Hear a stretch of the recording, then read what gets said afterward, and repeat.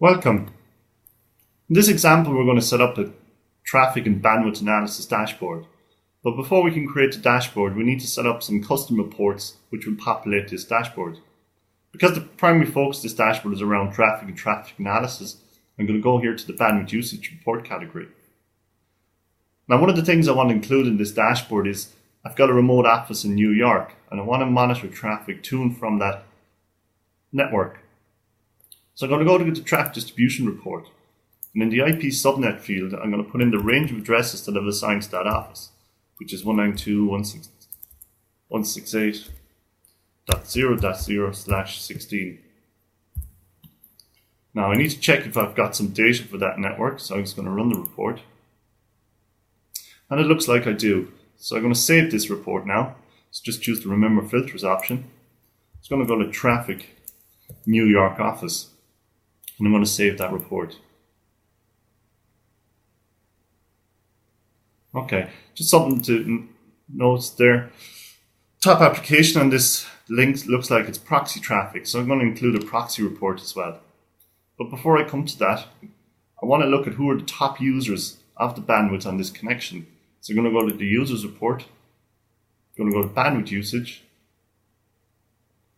I'm going to pick top users. Again, I'm going to get the New York subnet.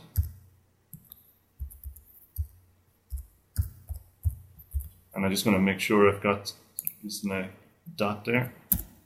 It's going to make sure we're getting some traffic for the site. Okay, that looks good. So I'm going to save this report as well. So I'm going to call this report Traffic New York Office Link Top Users. So I'm going to save that report. Now, when we ran the initial traffic analysis report, we could see there was a lot of proxy traffic. So I'm going to go to the Proxy Traffic report category. I'm going to go to Top Sessions. And in the client field here, I'm going to look at the New York users.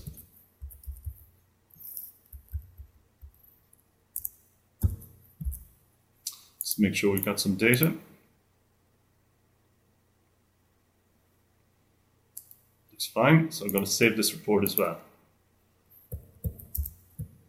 So we're going to call this New York Office Link Top Proxy Sessions. So this is looking at the breakdown by bandwidth of users accessing the internet through our local proxy. Okay, so we've now 3 reports saved. And in the custom report category, they're listed here at the bottom. We've got our Traffic New York Office, Traffic New York Office Link, and New York Office Link Top Users. Okay, just before I go to create the dashboard, I want to go here to Trends, and I want to create a trend which looks at traffic on that link. Now I've already created one here. I'll just show you what's involved. Let's click on Add a New Trend. It's going to call it New York Office Link. Okay, so we need to put in the subnet we've assigned to that location. We need to choose a subnet traffic trend. And the important bit is that under the sensor, you must pick the sensor which is collecting data from that link. So in my case, my sensor 5 is monitoring traffic from the default gateway. So if you've got remote sites, more than likely a lot of the traffic go to and from the default gateway. So that sensor needs to be added. And to save this, I would just click on Add, but I've already saved this earlier on today. So now I go to set up the dashboard. So I just click on the dashboard option here, and I go to create a new dashboard. I click on Add. Okay. It's really 2 parts to the screen. Here I've got my columns, which I can populate with reports, trends. I can add a new column. I can have 3. I can have 4. I can, that's up to you what you want to do with that. Now I'm going to go with 2. I'm going to go with traffic through my core network, and I'm going to go traffic to and from the New York office. So let's add some trends here. So I've got a trend set up for core traffic. I'm going to put that in the first column. And I also have got the New York office link. So I'm going to add that to the second column.